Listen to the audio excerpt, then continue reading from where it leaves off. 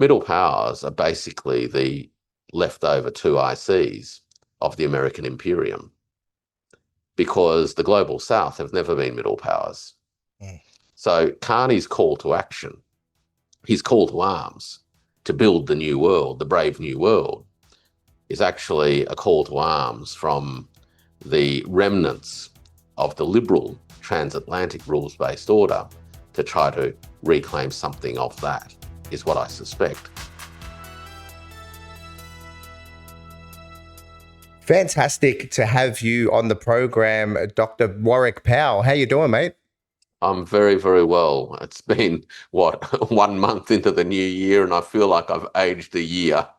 It does feel a bit like that with the school holidays and the holiday season, but also the continental wars and the genocides and the things and then moving tectonic plates that are happening around us. So I really appreciate your time coming on and having a chat to us today. Mate, it's an absolute pleasure.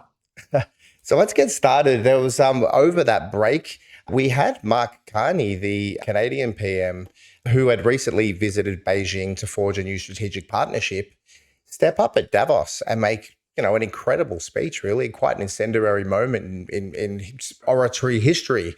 Let me be direct. We are in the midst of a rupture, not a transition. Over the past 2 decades, a series of crises in finance, health, energy, and geopolitics have laid bare the risks of extreme global integration. But more recently, great powers have begun using economic integration as weapons. Tariffs as leverage, financial infrastructure as coercion, supply chains as vulnerabilities to be exploited. He called for middle powers like Australia and Canada to unite against autarky and great power dominance. So this was also coming at the same time that Trump was pushing out his Board of Peace, which contrasts somewhat with what Carney was offering there. So before we get into the speech itself, where does this choice leave Australia at the moment? Look, I think what it describes is a landscape that's changed so dramatically in the eyes of a fellow traveller, right? So Carney comes from the Five Eyes, from the G7, from the Anglosphere, so to speak. Canada and Australia have many sort of similarities, economic size, economic structure, and all these sorts of things. And Carney belled the cat, which leaves Australia and particularly its policy elite in a very difficult position, because much of the facade that they had hidden behind or built the house upon has been shown by someone from the inside to be actually built on dubious foundations. And so I think that that's problem number one. Problem number two, of course, is that it peeled the scab off the capriciousness of the United States as the leader of the Western pack. And the reason Canada, of course, began to think seriously about this repositioning is that it had clearly come to the view that its nearest neighbour, its biggest trading partner, was now behaving in a way that was incompatible with Canada's short, medium and long-term national security and economic prosperity interests. In other words, Canada had come to a view, or at least the Carney government had come to a view, that the United States was no longer reliable, and worse, possibly a risk. And again, it means that the Australian political elite that had essentially built decades of security argument and scaffold are left in a position where there are serious question marks now over whether or not the United States really is the dependable partner that the facade kind of assumed it to be. So I think that that's the basic challenge now for the Australian policy elite. Many people, of course, have been raising these issues for quite some time, but they have been either voices from the global south. They've known everything Carney said for decades, right? But they were from the global south. They were hardly going to have an impact on the Australian policy debate. and the sort of terrain. There were people in Australia, mainly research academics, who tried to raise concerns about the erraticness of the United States, the changing configuration of global power, whether it was Hugh White or others. But again, whilst they were tolerated and they could air their voices, they barely made a scratch on the mainstream of the policymakers themselves, who continued through the institutions of state to hold on to the architecture and the rhetorical rationale that had dominated Australian security policy for probably the last 20 to 25 years. And as you say, those thinkers in Australia who have grown quite stale, repeating the same message and putting those eggs in that basket, that message, though, has become increasingly erratic over time. And even the people that speak to some sort of solution do so within the confines of what is the old liberal rules-based order. Yeah. But Carney has essentially smashed that liberal rules-based order asunder. And in his speech, I just want to say here, quote, "We know the old order is not coming back.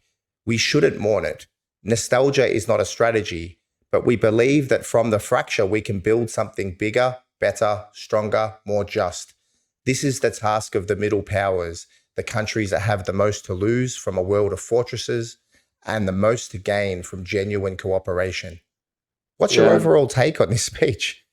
Well, look, I think that there's a couple of interesting pieces to this. One is, of course, the obituary from a member of the club about the regime that a member of the club used to benefit from a lot.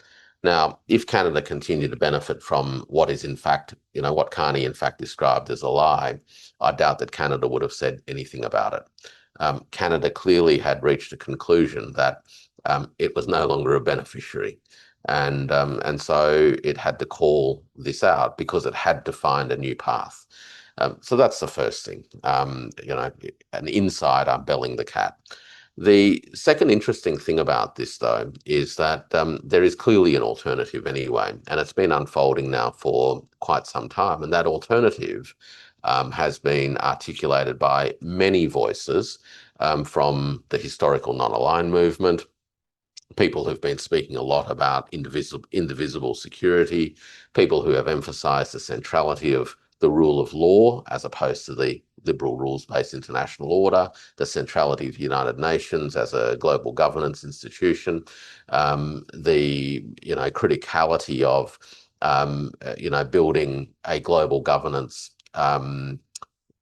regimen, a set of behavioral habits from nation states that recognizes that that conflict is not a pathway to resolving problems, etc., etc. The global south has actually been articulating that very clearly for quite some time. China has rolled out over the course of the last 4 years 4 integrated initiatives: Global Security Initiative, Global Development Initiative, and more recently the Global Governance Initiative. Right. So the idea that the global arrangements need reform is actually not a new proposition. What I think is interesting about the Carney stuff, though, is that he does not embrace that. What he's trying to do is articulate a slightly different position. And he's articulating a position by describing a cohort from his point of view of like-minded and similar nations, the so-called middle powers. But of course, the middle powers have a certain characteristic. Middle powers are basically the leftover 2 ICs of the American imperium, because the global south have never been middle powers. So Carney's call to action, his call to arms to build the new world, the brave new world, is actually a call to arms from the remnants of the liberal transatlantic rules-based order to try to reclaim something of that, is what I suspect. Carney did not actually argue for the United Nations specifically. He did not specifically articulate a multipolar proposition. He argued for a proposition anchored around a group of nations that have historically been the direct beneficiary of the American-led liberal rules-based international order. So his vision, if you can call it that, was not one that included the global south. And the global south actually understands that.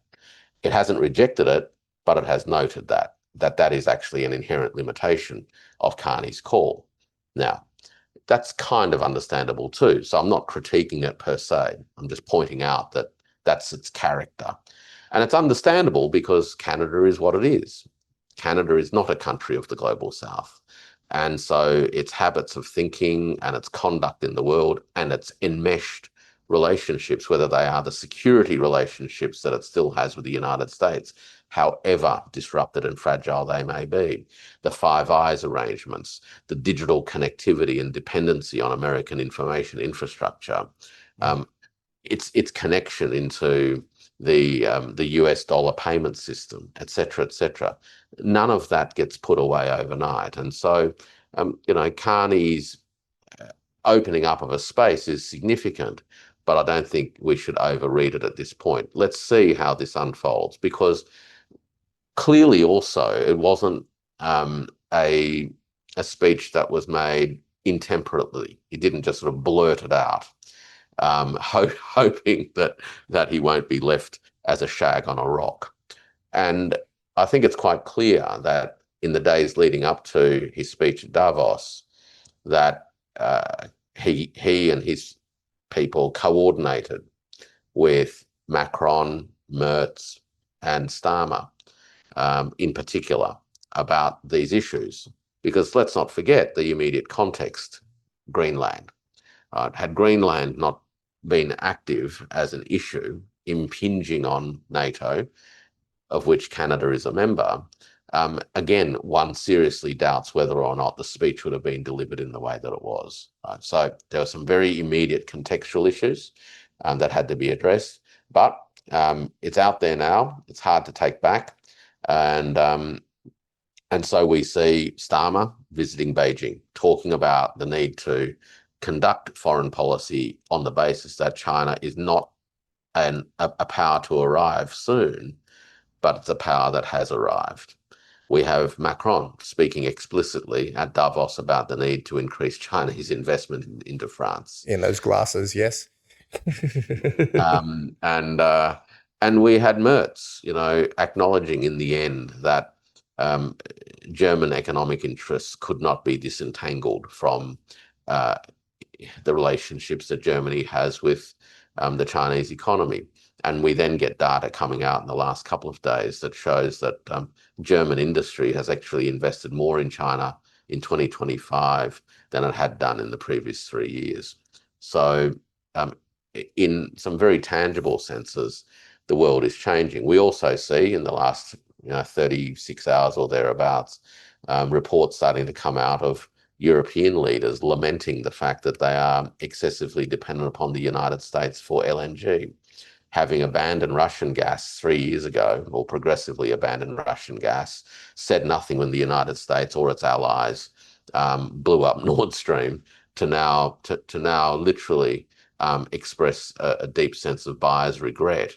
And the only way that Europe can forge a future based on energy sovereignty, without which you really are never going to go anywhere, that they need to fast track a whole bunch of things, including its relationships with China, the world's supplier at scale, at lowest cost, of a vast array of clean energy technologies, as well as Chinese expertise in things like nuclear power, and hydrogen, et cetera, et cetera. Right? So, Europe is clearly needing to find a new pathway. How it does that, I think, remains to be seen. But I think Carney's speech, in a sense, opened the space, which does, create some real challenges, I think, for the good folk down under. It's interesting you mentioned what these middle powers are, what's perceived as a middle power by Carney in his speech in particular. And I wonder if this is some kind of hedge for NATO. I wonder how Northern Hemispheric this speech really is. And if it's about maybe shoring up some alternative to Trump's NATO to kind of wade through that period. It does expose Canada somewhat here, Carney's speech. And at the moment, there's been a few countries that have stood up and repudiated Trump's invitation to the Board of Peace. And Canada was removed from that invite after, I think, tentatively accepting the invitation early on. So, I mean, this is quite a bold move. People that want to criticize Carney for saying, oh, you're a bit late to the party here. It's quite a bold move from a country that has a very large contiguous border with the United States and also has Alberta, a province there, which is being G'd up in the old-fashioned way by the United States outside as well. Yep. But I do want to ask you about, essentially how sincere this pivot is from Canada towards Beijing. And I do want to compare it a bit further on down the track with Australia's infrastructure that is developed with China and how sincere Australia's infrastructure is in comparison. But, it was only a few years ago that the Huawei executive Meng Wanzhou was arrested. There was huge animosity between the two countries. And there was, it seemed like, within the OECD that Canada probably shared one of the most acrimonious relationships with Beijing. So is this a sincere pivot, or is there a sense of desperation here, just as we're seeing from European allies? Well, as you say, the speech and the moves are very bold. And for those of a certain generation and who watched English comedy will remember the show Yes Minister, right, where the ministerial advisor, Sir Humphrey Appleby, would say to the minister, Minister, that's a very brave decision. And when a public servant describes a decision as brave, what he means is foolish, or perhaps just foolhardy. But it was a brave decision. Now, for a politician to make a brave decision, it tells us something about the judgments that they had arrived at in the background. The Prime Minister of Canada does not, as I said, just on a whim go down this path. Clearly planned out to re-articulate its relationship with China. There's some economic needs around that because there's clearly a view that Canada must diversify its trading relationships. It also needs to create diversifications on potential industrial collaborations in the event that tariffs from the United States start to impinge even further on Canadian industries, causing significant disruptions to what there is of Canadian manufacturing. Tariffs already from the United States on Canada has caused unemployment to rise in manufacturing and output to fall. So it has been having an adverse effect on Canadian industry. But it's just clearly not just a short-term thing, right? You just sort of hope, wait until Trump goes or whatever and just weather the storm. Clearly, the assessment is that this is a big structural risk and that Canada had to act boldly to mitigate this risk in the medium to long term. So I think that there is something quite important about Canada's judgment as to where things sit at the moment. As to whether or not it's sincere, well, sincerity, particularly in international affairs, is something that's proven not by words but by deed. And so sincerity will take time to become manifest. I think, however, as part of the nature of international relations often is, the decisions made by leaders are, in the first instance, taken at face value. The benefit of the doubt, even if the doubt is retained privately, is nonetheless given to the other side that they are acting in good faith. Time again will prove whether or not they are acting in good faith, but you can never enter into agreements with other countries if you don't at least start on that basis, that there is some level of good faith in there when the decisions are being made and the agreements are being executed. So I don't know if it's sincere or if it's simply opportunistic. But what I do know is that Canada would not have embarked on this path if it didn't believe that the circumstances of the world in which it found itself had not changed dramatically and in such a serious way as to warrant what is tantamount to a strategic reconfiguration. And to articulate something like a rupture in the global order, to actually put that to words and to throw that out there. The other thing too is, remember, prior to his speech at Davos, he was in the Great Hall of the People, and his remarks were obviously filmed when he responded to the opening remarks from China's President Xi Jinping.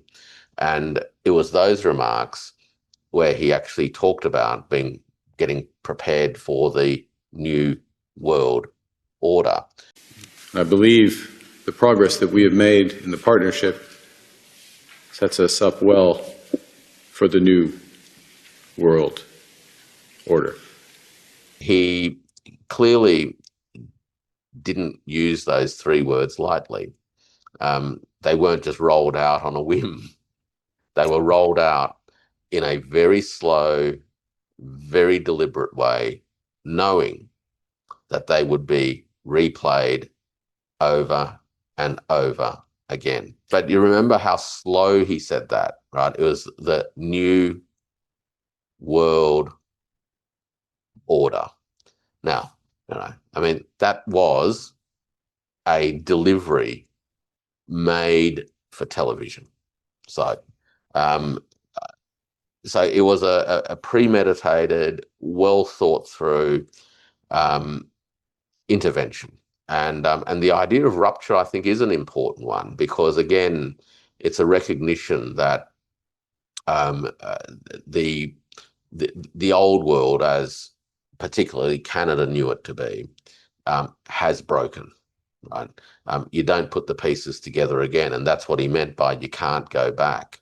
And lamenting the demise of that order is pointless because it's changed. And I think that there's a couple of pieces in that too. Right? When people mobilize the politics of nostalgia, it can often help in terms of bringing a people together, right? Because there are shared memories and all those sorts of things. But I think he had a different point. And his different point is that the balance of power in the world has also changed. And you can't just go back to an environment that was premised on the idea of American primacy. So nostalgia is not only useless, but what he was really saying, I think, in part, was, he was making a comment about the state of affairs today. And I think that that's, again, a jolt to people from the transatlantic world in particular, and those who've been hanging on to the skirt of American primacy for the past so many decades. And it's look, for someone like yourself, I don't think it was the content was a shock. What's shocking is who delivered it and where and when. And that's exactly what it was. It was shocking to hear. And even for someone like myself, I catching wind of it that morning, I had breakfast and watched the speech a couple of times in a row, because it did have something about it. Sure, it tailed off a little bit and it felt a little bit neoliberal towards the end. And there was an element of selfishness that any nation, attaches to such a lament. But it did have that feeling, that historical feeling. I don't know about you, but when I first saw it, the first thought that crossed my mind was actually, is this AI pulling our leg, right? Did someone make this up? Because it was obviously a little bit out of the ordinary. And of course, in this day and age, you're always thinking,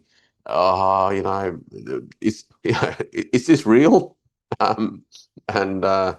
But of course it is, and I think we've seen in the last day or so the White House and Trump's people trying to, I think, imply that Carney's backtracked and stuff. But Carney's people and Carney himself have been very clear that they're not backing down on what they've said, and they're just having to move forward. It's up to Taco Trump now to decide what he's going to do there. And this is coming at a time where I think the US dollar has breached its support levels, for the first time in 8 years or something like that. We're looking at a bit of an economic downturn here. We're shifting into this new world order, as Carney mentioned. And I do want to ask you here, all roads are leading to that relationship with Beijing. And it leads me to that question. Is there a moment, has that new world order been identified by Carney? Because for one thing, has it been identified that Beijing no longer needs Washington? Does China still need America economically and strategically anymore? And how much did Carney's speech have to do with that realization? Look, I think the first realization, and it became apparent during the course of 2025, is that the US economy is no longer as important to the global economic landscape as it once was. And that became particularly apparent when China pushed back on the tariffs and ultimately led to the US backing off, and a kind of tariff truce emerged since. The other thing, of course, is that we saw China's trade performance continue to improve actually during the course of 2025. And that, I think, defied what many pundits would have anticipated to have been the consequence of the massive disruptions caused by Trump's tariffs on global trade generally. But in fact, what we saw was Chinese trade grow overall, despite the fact that its exports to the United States fell. Now, some of that was through rerouting of trade, but certainly not all of it by a long shot. But there was actually genuine, real growth in Chinese exports into Africa and into parts of Southeast Asia, not to re-export to the United States, but for the needs of companies in these regions. And we saw in particular an expansion of Chinese exports in machinery and equipment, in solar photovoltaic technologies, in lithium ion batteries, in EVs, and in wind turbines, and in semiconductors. So that bundle of things saw significant above average growth rates. Those categories of things are really important because they also point to a transformation that's taking place in the countries that imported these things. You don't import machinery and equipment and grow your imports in machinery and equipment if the businesses there aren't expanding their production capacity. You don't import solar PVs and lithium ion batteries and wind turbines if you're not expanding your local generating capacity. You don't introduce EVs unless you've got the technical electrification infrastructure to sustain EVs as part of your expanding transportation and logistics ecosystem. And you don't import more semiconductors, which China exports, unless you're in the business of making things that use, many of those semiconductors. We're not talking about the, most advanced semiconductors. We're talking about the ones that sit inside fridges and televisions and, all sorts of much larger format things, including, by the way, the assembly of motor vehicles, et cetera, et cetera. So Chinese exports in these categories is actually contributing to the structural transformation of many countries in the world. And on the back of all of this, the data that we've seen for 2025 so far, and the data that I've seen is only up to the end of the third quarter, it shows Chinese foreign direct investments has also been expanding as well. And what that tells us is that Chinese companies are now setting up shop in other parts of the world. And they're investing in a more diverse range of things than they did, say, 10 years ago. Many historic investments were in farms and in mines. And then through Belt and Road, there was more investment in transport infrastructure in particular. and then that's moved on to electrification projects. But now we're starting to see Chinese companies setting up factories themselves. So as that ecosystem built out, the conditions became suitable for factories to now be built. And I would expect over the next 5 to 10 years, the companies and businesses in these countries that are importing all of this stuff will actually start to service the growing needs of their own domestic markets. And that will actually lead to a tapering of Chinese exports in these categories.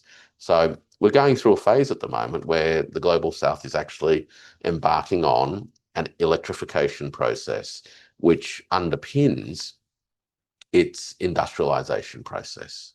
So those events took place. And I think as countries sat around and looked at the account, so to speak, for 2005, the global geopolitical economy account, they came to a view that the United States could throw its weight around a lot, but clearly it was no longer able to dictate terms willy-nilly. But the second thing that people learned, I think, is that if they collaborated and coordinated their response, they actually were able to effectively push back somewhat as well.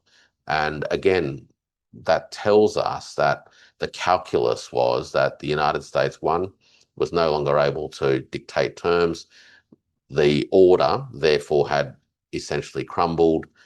Countries have to reconfigure their relationships and diversify their economic relationships globally to minimize their risk exposures to the USA. The other aspect, as we've seen over the course of the last probably 10 years, but it goes back a bit further, is the weaponization of the information and financial architecture of the world. Prior to 2003, there were no real concerns like that, but when the three-letter agencies in the United States decided that they had the authority to at least firstly have a look at transactions data for Iraqi transactions in 2003 and eventually intervened to stop them from being processed because SWIFT ran a data center in Virginia. From that day onwards, the United States has experienced or demonstrated a slow creep. Use SWIFT as a cudgel, yeah. Well, used SWIFT as a cudgel, and then used information architecture. So it might have been last year or late 2024.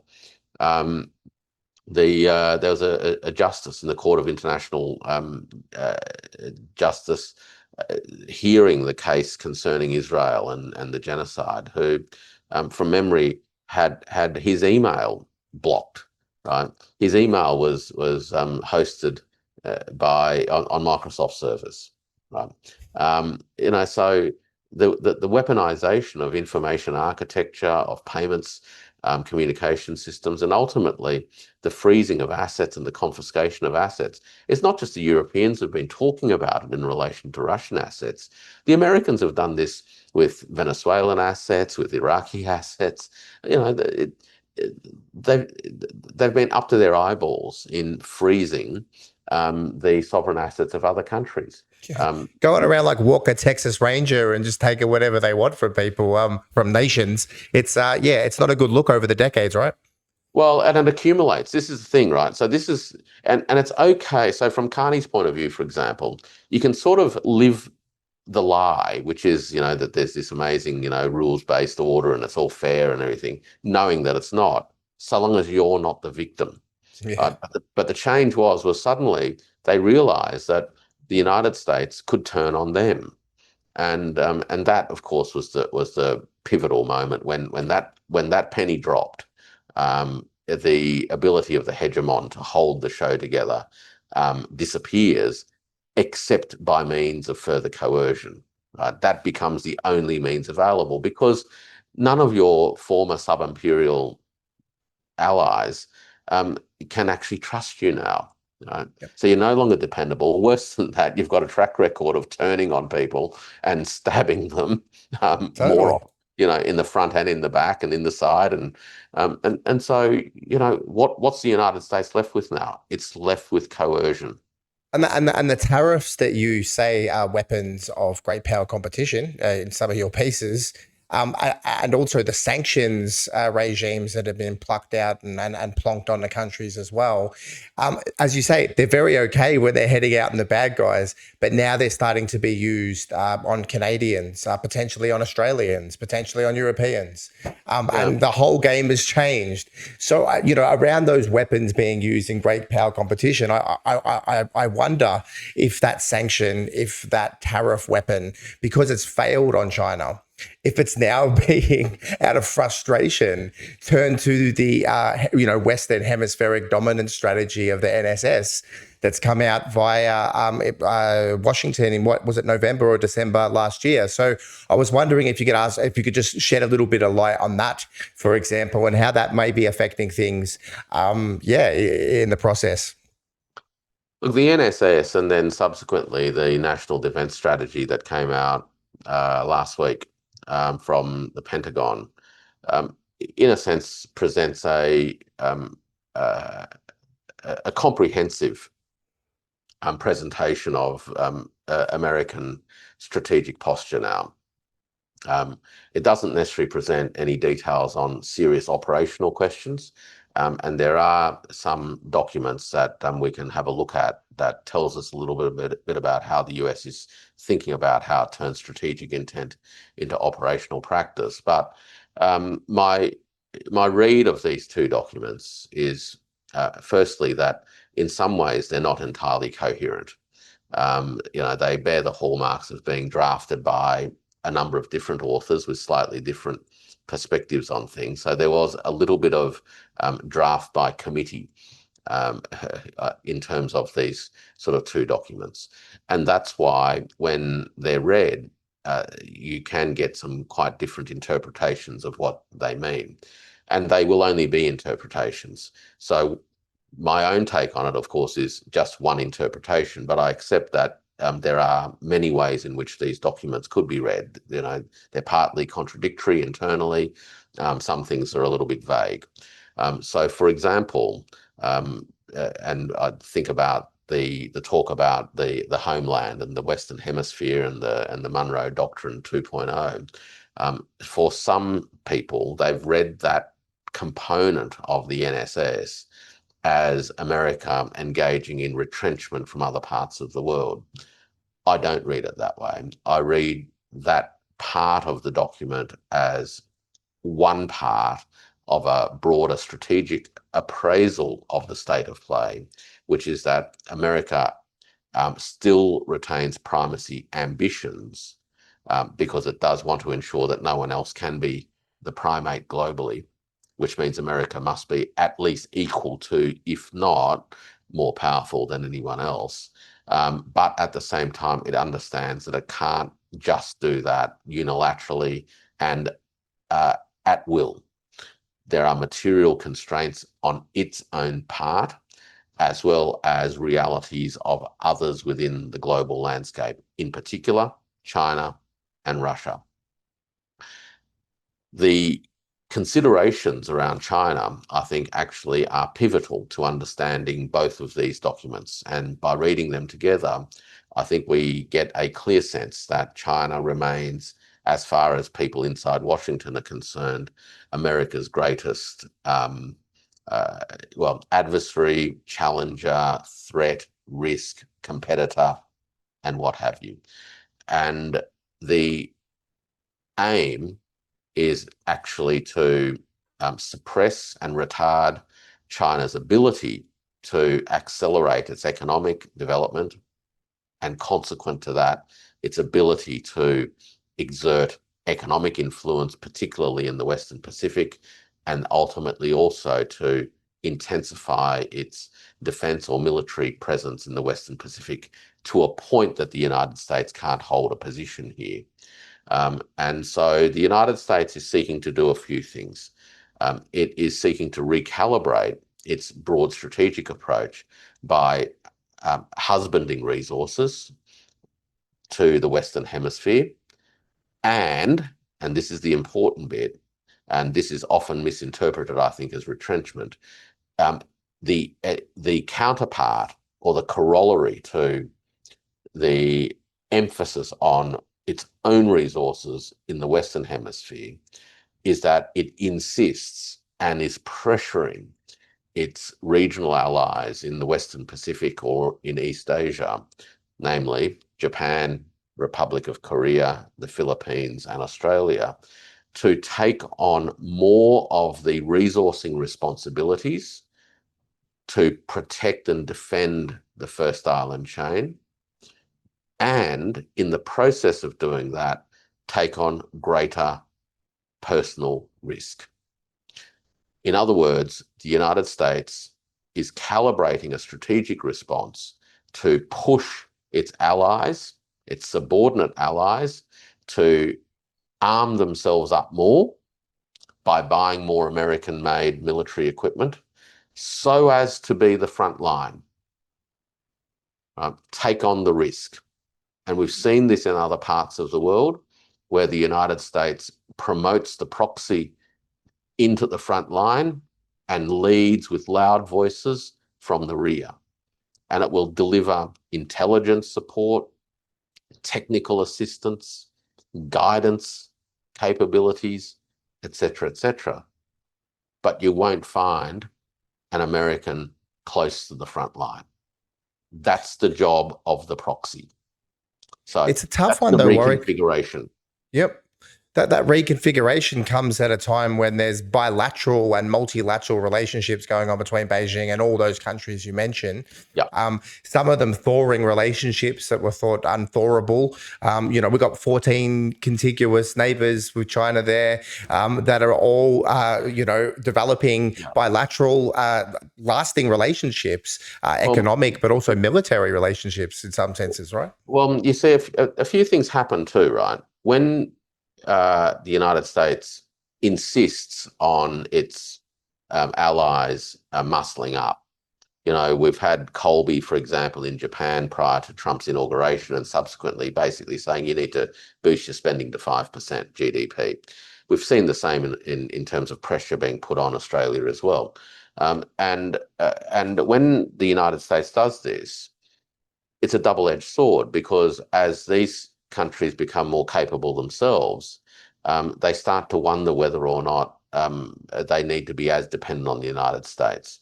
And I think in particular of Japan, right, which has over the course of the last decade or so walked a fine line of modest but intentional remilitarization under the umbrella of being an American ally, so as not to frighten the Americans too much, but nonetheless, clearly with ambitions to not be as under the thumb as they historically were.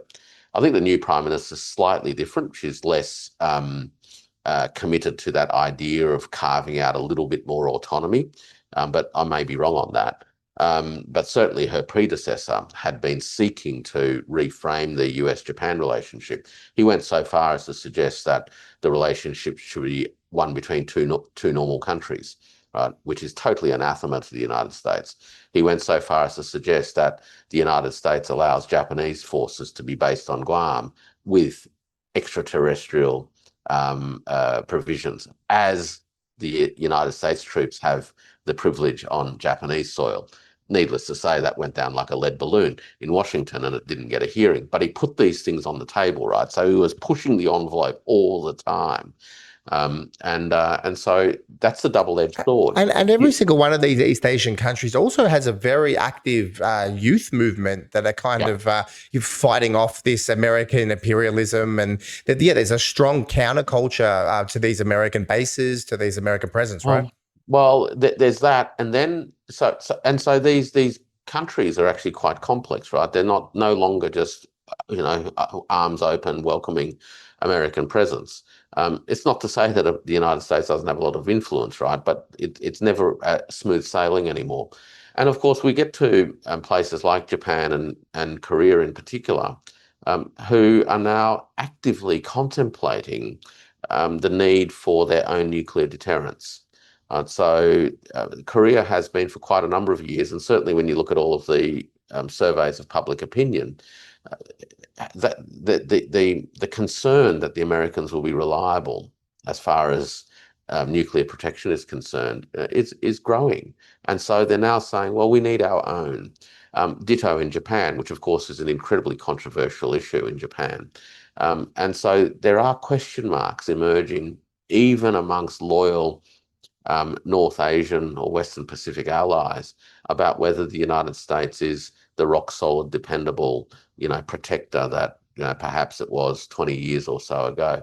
Even the Philippines, I think, is obviously banking a lot on the United States and its relationship with the United States. And the family political dynasty that's in place at the moment, right? Well, that's right. But, with the incidents in the South China Sea, putting aside, one's view as to who's right and who's wrong, the interesting thing is that when the incidents have flared up in particular, not once was the United States Navy anywhere within stone's throw of these events, and they did not come running, and they did not do much more than say a few harsh words, right, about the People's Republic of China. In other words, when the Philippines were making claims about sovereign territory being impinged by the Chinese Coast Guards, and on that basis sought to make an issue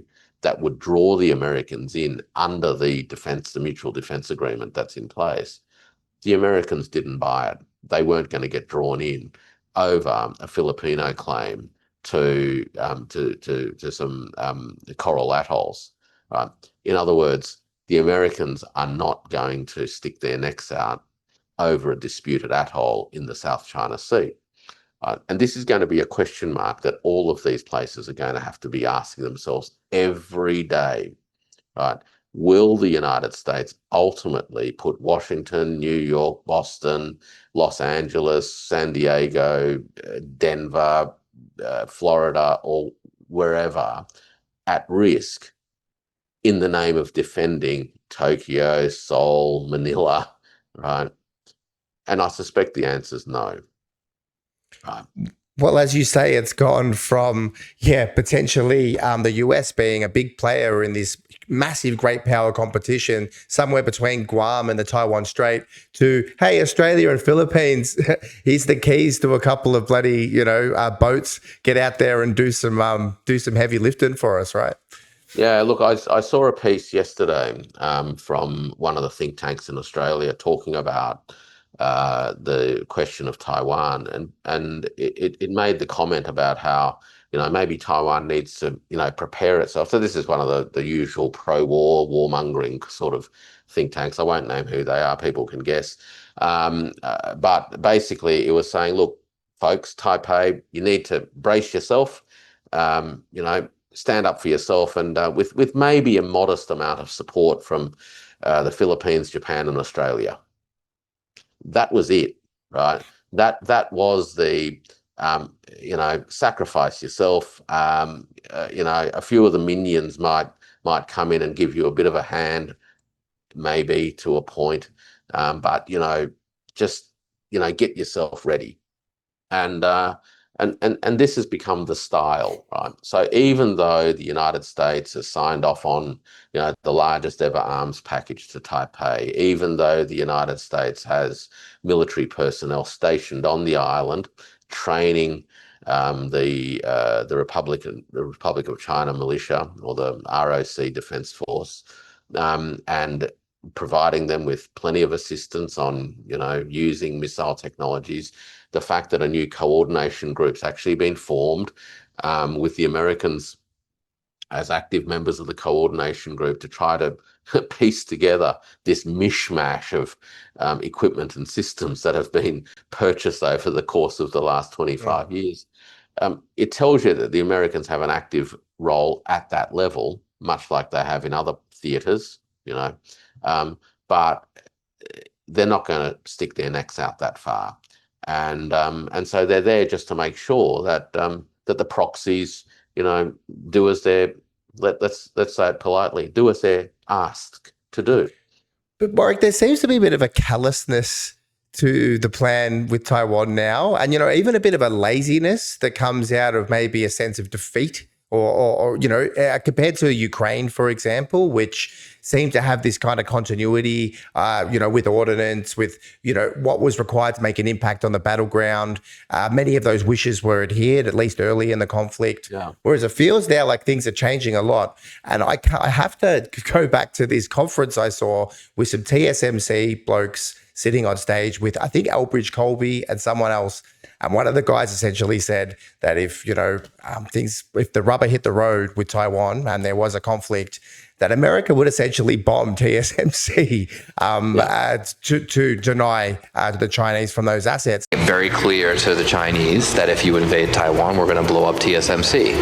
I just throw that out not because that's necessarily the best strategy, but because it's an example of debate that's out there. And of course, the Taiwanese really don't like this idea. I'm not blowing up TSMC. If you do that, you have a $2 trillion economic impact on the global economy within the first year, and you'd put manufacturing around the world at a standstill. I mean, this is a terrible idea. Taiwanese fellows on stage jumped out of their chair, and one of them actually, gasped right there. And I wonder if there's been a little bit of a period over the last maybe 2 or 3 years where even the most hopeful and idealistic glass half full thinkers in Taiwan are starting to really worry about their fate. And I'm wondering if there is an incessant back channel that's been coming in from Beijing that's slowly starting to twist the dial towards a place that may look completely different to what people that are maybe people like Malcolm Davis, for example, might be thinking.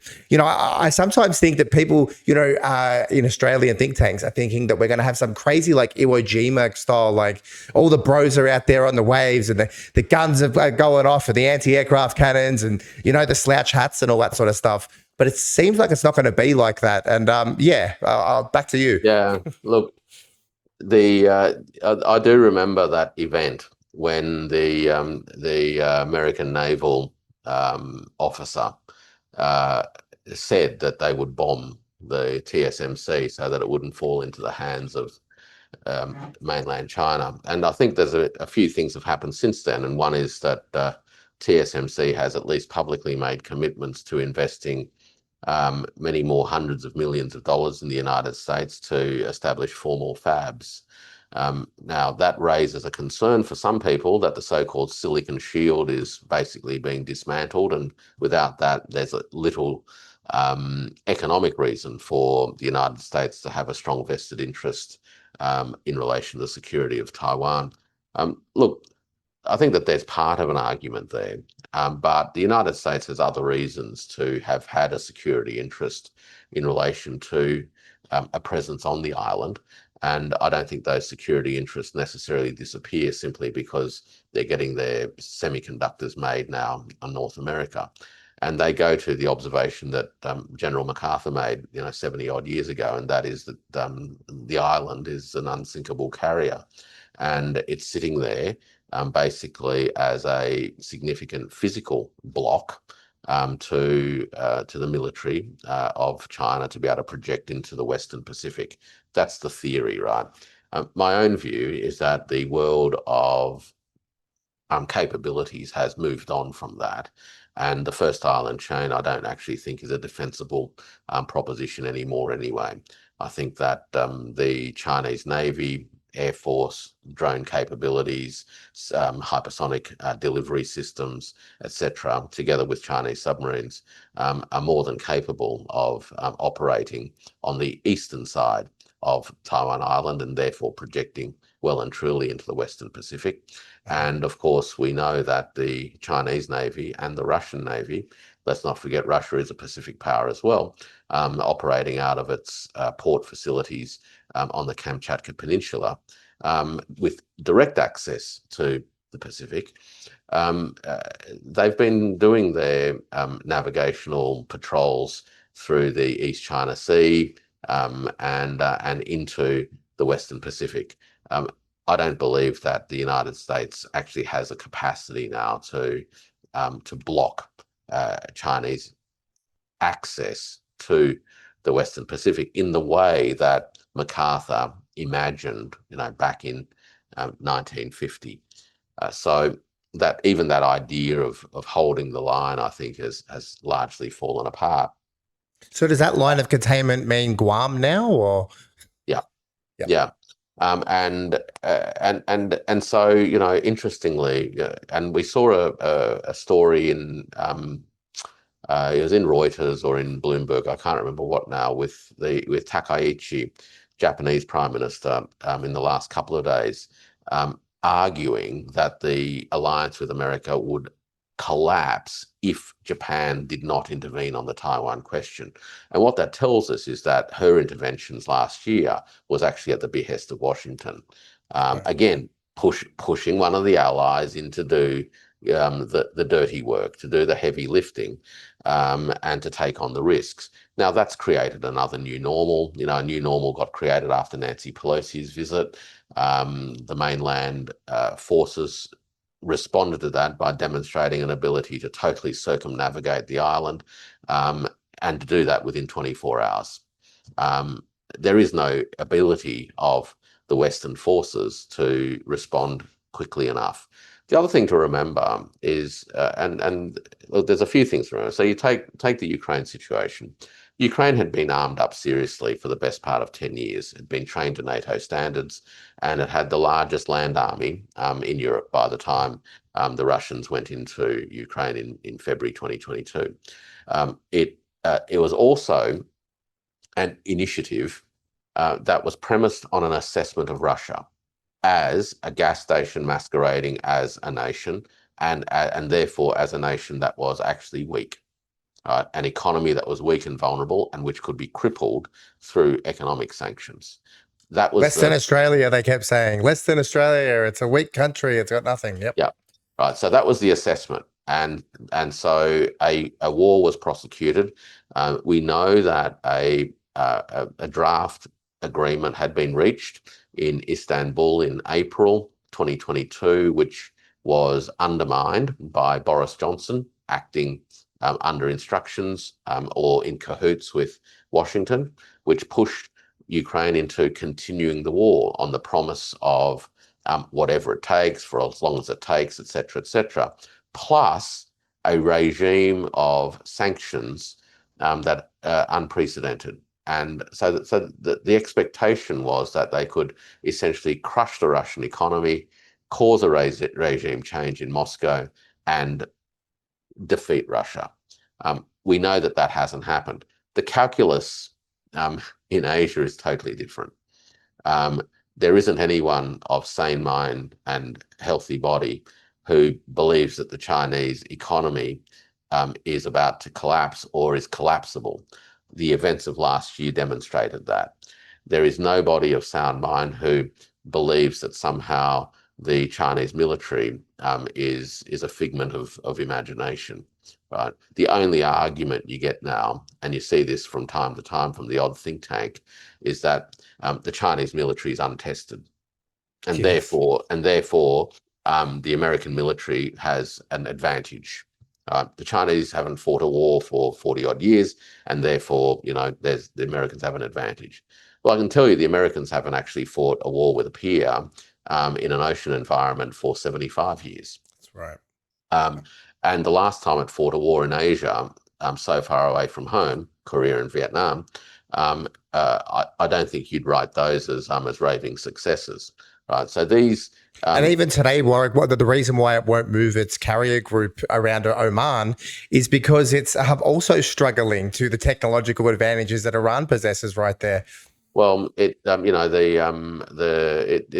Abraham Lincoln, isn't it? That's over there, and it never goes within reach of or the expected reach of Iranian missiles, right? It's just not game, and partly because last year, from memory, it was attacked by a bunch of drones and a few missiles, and the missiles got awfully close. I think they got within some hundreds of meters, right?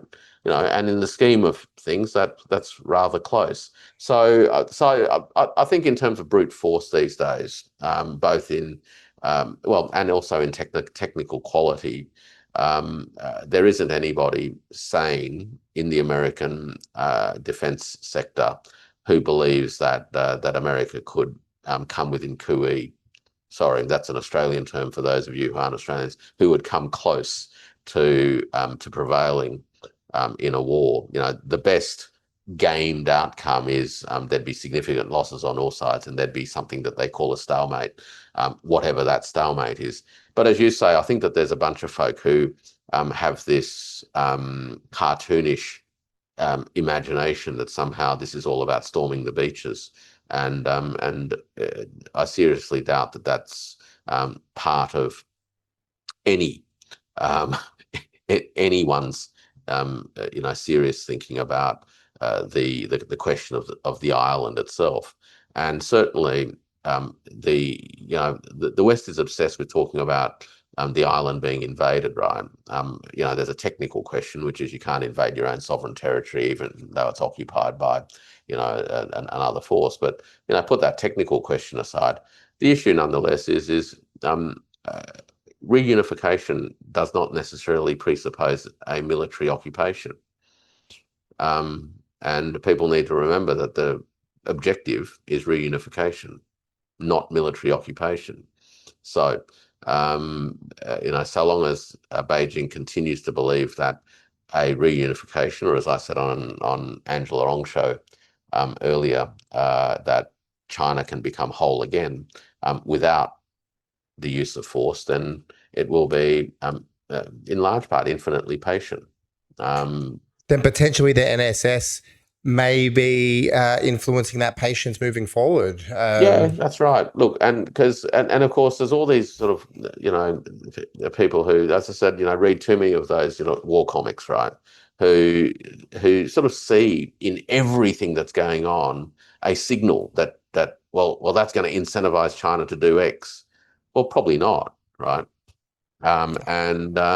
It's this excitement about, there's going to be a war and we need to be ready to join it, which I find, rather not just odd, but incredibly disturbing, right? That there are people who are more than happy to send young Australians off 8,000 kilometres away, fighting a war that is actually, even on Australia's own recognition, a civil war, right? I mean, this is just irresponsible and dangerous. I've written about the young journalists who grew up, reading Tomorrow When the War Began, reporting about some of this stuff. And we can't forget about that Red Alert series and just how incendiary and red hot the environment was. I mean, we're knocking the crap out of Trump at the moment, but really around the topic of war with China, we can't forget just how insane some of the rhetoric that was coming out of the Biden administration was towards China, from Pelosi's visit to one of the air marshals there essentially saying we have to saddle up for a war in 2026 with them. There was some insane dialogue coming out of that. And I am wondering now, with this tech native America and all this sort of crap that's flying through the Trump White House, just how narrow those blinkers are now and how important Australia is within the mix. Now, let's talk about Australia here, because I do want to go into Australia's options here where it can pivot while I've still got you. I mean, AUKUS seems to be exactly what we're talking about, which is, clinging on to that wishful thinking, hoping that something good can still come out of this American empire that Carney has declared, well dead. What does Australia do now?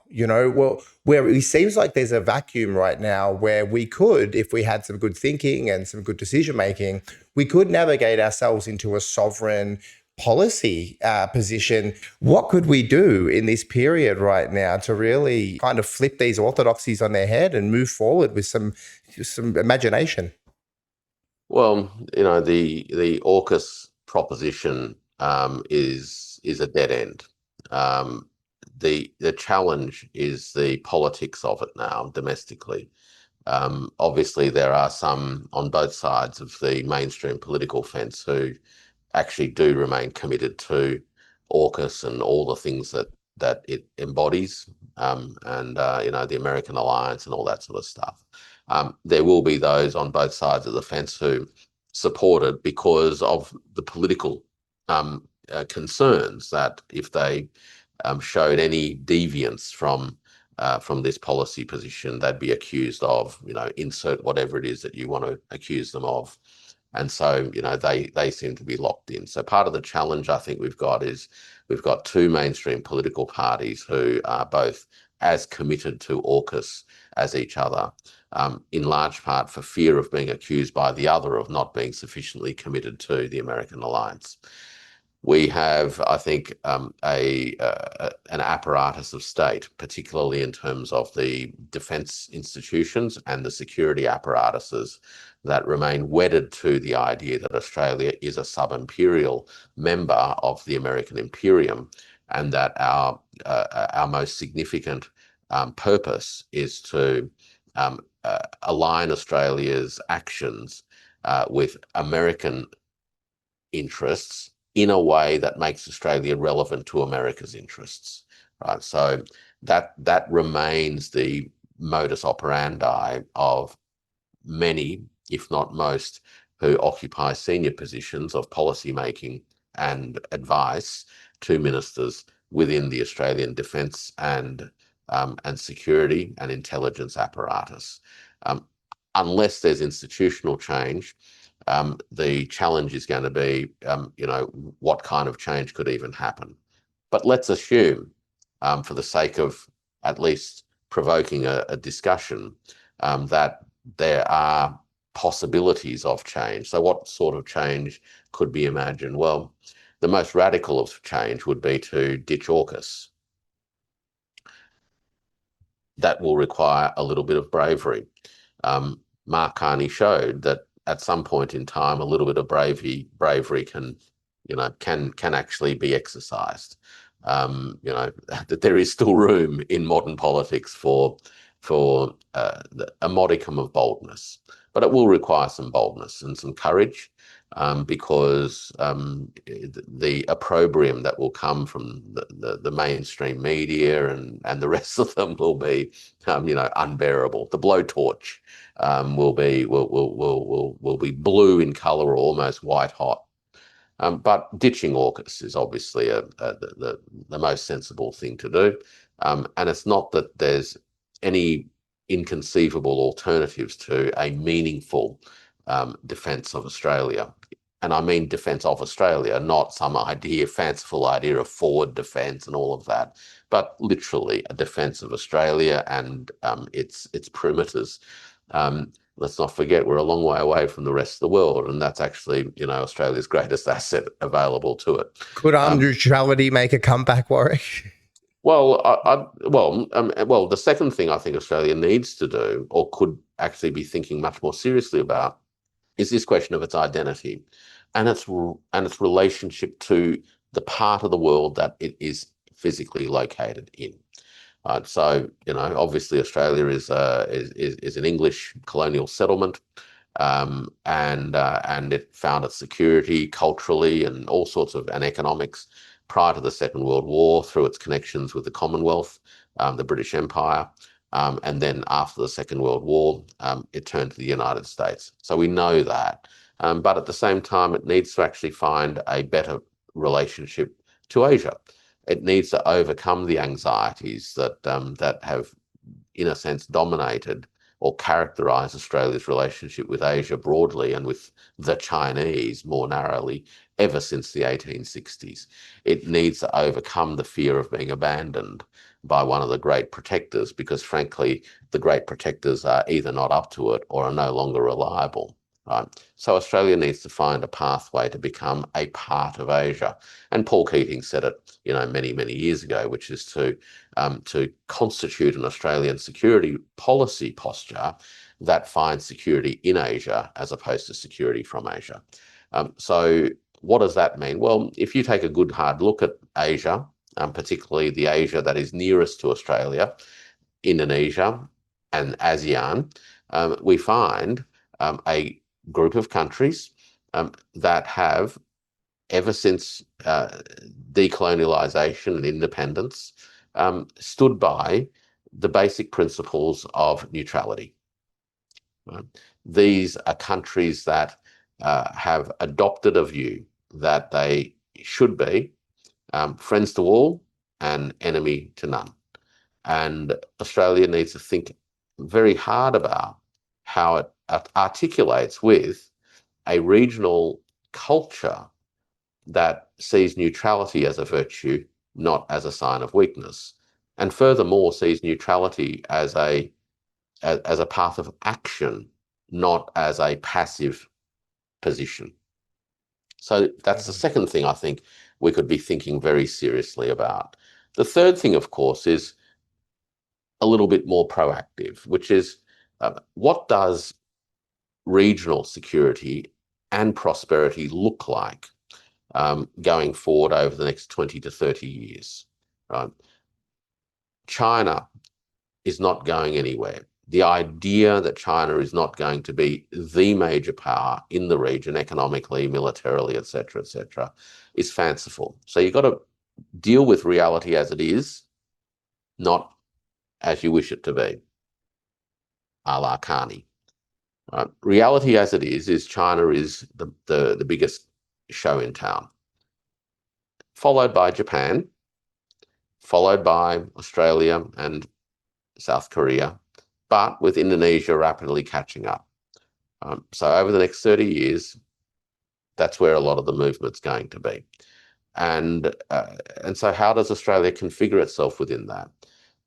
On the basis that Asia has a tendency towards neutrality, on the basis that Asian nations have signed up to relationships, multilateral and bilateral, that emphasize collaboration, coordination, prosperity, economic integration, et cetera, can Australia play a useful role in that environment to advance discussions around ideas related to indivisible security within our region, that the security of one nation cannot come at the expense of the security of others? Now, there's many issues that need to be tackled in that context, right?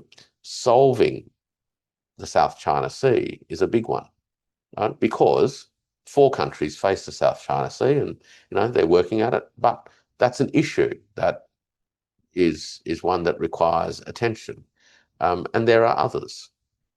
Right? Australia itself has a little bit of a history that others in the region won't forget either. And they need to be accounted for and taken care of.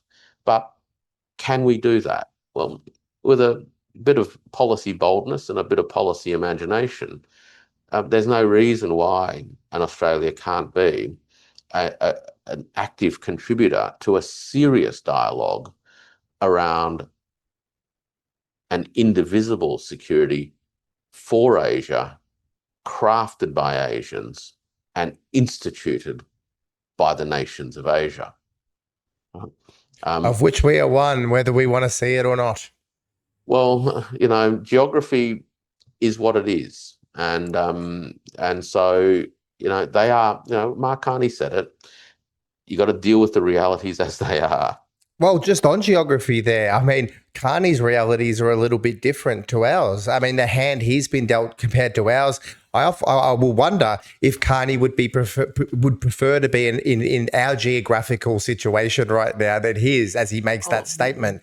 And, absolutely. It's right. Absolutely. And we're surrounded by people that have 1 or 2 steps ahead of us as far as colonialisation is concerned. They've got a history of being involved in non-aligned movements. ASEAN, for all its oddities, is one of the most successful groups, bodies involving nations in the world. And we are sitting in one of the most prosperous and peaceful nations on earth, surrounded by people that want to talk to us. And it's quite an incredible situation we're in right now, to be the last to the table. And you've got countries in Europe knocking back this invite, and Albanese's still got it burning a hole in his pocket right now for the Board of Peace, and it makes you want to bloody headbutt something, doesn't it?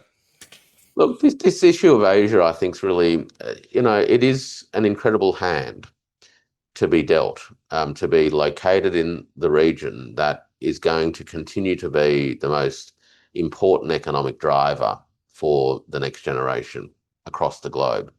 And that includes parts of Africa and Central and Western Asia that will also experience significant growth opportunities. And one of the reasons why the United States remains seriously interested in containing China, particularly in Asia, is because it fears that should China become the dominant power in Asia, that it will cut America out, right? And you see this in Colby's work, for example, where in his book and in the time when he was not working for an administration, and then, of course, now clearly leaving his fingerprints on many of the strategic documents that are coming out, there is a concern that China will cut America out of Asia. And that concern, I think, is premised on the idea that that's what America would do to China. China won't do that, I don't believe, because it's not in its interest to do that, because it involves essentially picking a fight when you don't need to pick a fight. That's the first thing.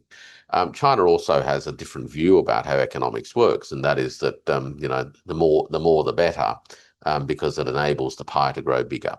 But the question that I often have is, if the United States is so concerned about being cut out of Asia, why does the United States spend so much effort cutting itself out of Asia and not actually, playing like it has done historically, a significantly leading role in things like the economic architecture of the region, the trade architecture of the region? We've got a thing called RCEP. We've also got a thing called TPTPP, two different trade agreements in which Australia are members, which overlap. China's applied to join the TPTPP. That's going to be a political question in time, but there's so much overlap now. Chile has applied to join the RCEP, which is the Southeast Asian one. And so there is a sense across the Pacific that countries want to be actually more deeply connected with each other economically, trade, investment, people flows, and that sort of stuff. And Australia has been actually a very open nation to trade and economic relationships for the best part of 50 years. It was much more closed, of course, before the 1970s, behind tariff walls, a leaning to preferential treatments under the Commonwealth or the old empire arrangements, et cetera, but certainly from the mid-70s onwards, and then well into the 80s and 90s, Australia became a much more open nation and has been a champion of open, rules-based trading, because it's been vital to Australia's national interest. There are many industries in Australia that create national wealth that couldn't do that if it couldn't access markets around the world, because frankly it produces way too much than can be consumed by a population of 27 million people. And we simply can't eat the amount of beef that we produce, for example. It's just not possible. So Australia is incredibly well positioned to play a pivotal role in the articulation of whole of region, trans-Pacific economic prosperity plus indivisible security as, at the minimum, a conversation, right? But it requires a boldness to do that. And the minute Australia does that, of course, what it's doing is also saying that the old world is over. And that's going to be the first hurdle that it needs to overcome. Those words have been said already, and hopefully Australia can sort of sneak into the wake of whatever those words are without being as vociferous, but still making the actions. Well, maybe Australia won't need to say those words, as you say. It can just sort of sneak in and and just continue a conversation as if it had said those words, and that might be an easy way, right? I'd like to think that we have within our body politic and within our institutions of state a level of confidence to be able to articulate these sorts of things and to be brave in advancing something that is genuinely focused on the 21st century instead of trying to cling on to the past. We have throughout our recent history in this country had episodes of policy bravery and policy imagination. So it's possible, right? And I'd like to think that there is still some of that joie de vivre that courses through the policy veins in Australia. Maybe I'm hopeful and too optimistic about that, maybe. But I'd like to think that we in Australia have the capacity to do that, and if enough pressure and encouragement is put on the folk in Canberra, and the silly arguments are actually dealt with as being silly arguments, then we can have a mature and adult conversation, right?